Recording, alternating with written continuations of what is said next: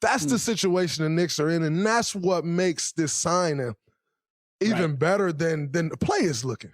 Okay, so now I got another question for you. And I think that's a really important way to set the table for my next question, because Dallas didn't know what they were giving up.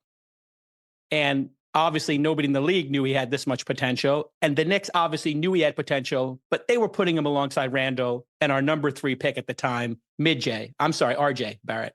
RJ stray is is crazy. I never liked the kid. Come on, man.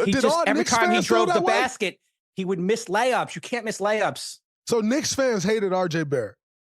We just felt he was a blocker and not committed. He didn't feel like he had the conditioning, the heart. He didn't fit the dog mode that Tibbs and the Knicks fans want. We want dogs on our team. We want Mason. We want Oakley. We want Starks. We want grit. We want people who play both sides, defense. And if there's a scruff, we basically want Oakley Draymond level players who are going to fight to the end. This is why when I met you, I said, like in another lifetime, you would have been a Knick, because the Garden would love you, Draymond. You know that. And I don't know how many years you got left in the tank, but so wait, any way to get you on my Knicks. You think y'all got better with getting RJ out?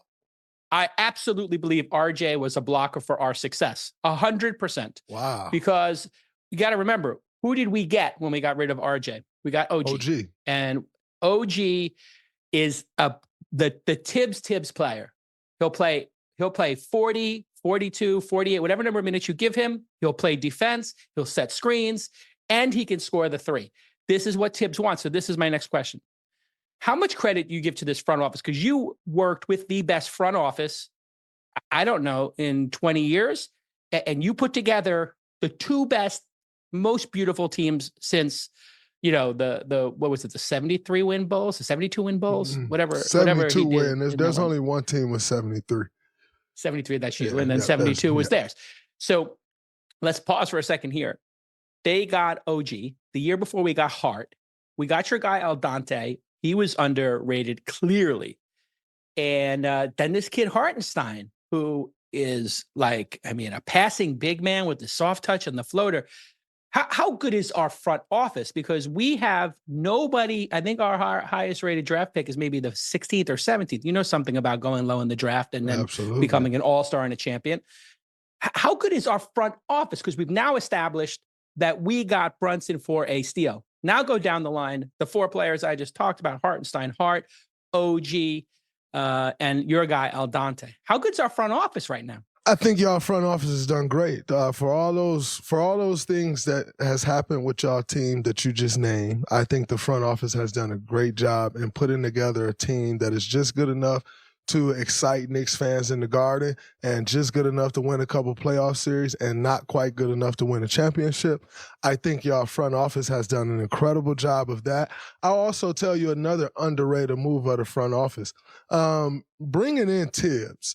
Because Tibbs actually fits to your point of what you just described with the New York Knicks. Tibbs actually fits what New York culture is.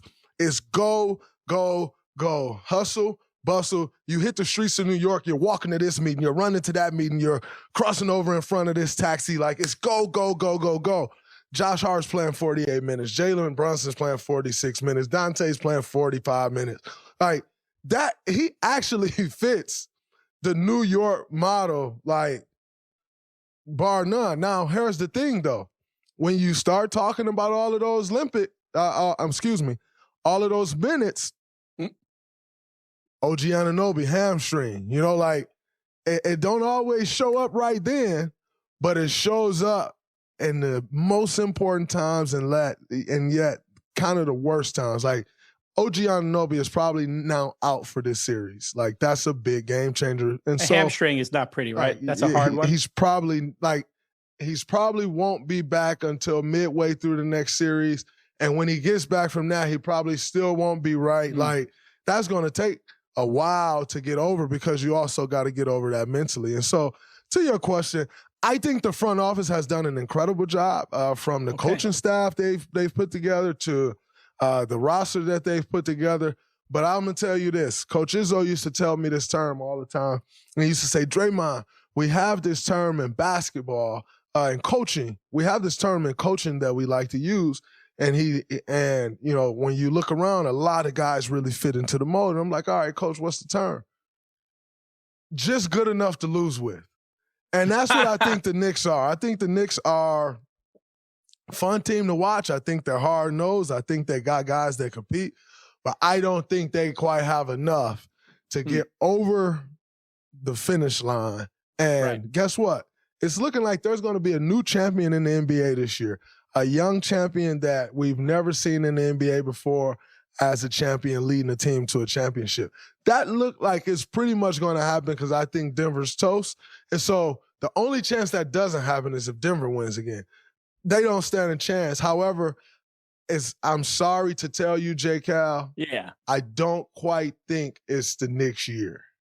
I don't think so. We don't necessarily think like this is the year we've lost. We've been down basically 3 starters, 4 starters this year, and we still put up a 50 burgers on the grill without the blockness monster, Mitch Robinson, without Randall, who's a Bulldog and had his best season. And he seemed to got his head straight this year and accepted a role and got downhill and just made quicker moves. Because I don't know if you saw the Atlanta series a couple of years ago, man. The big stage at the Garden, it was bad. It was real bad. He was bad. Yeah, bad. This year was his best performance. So I'm kind of bummed about him.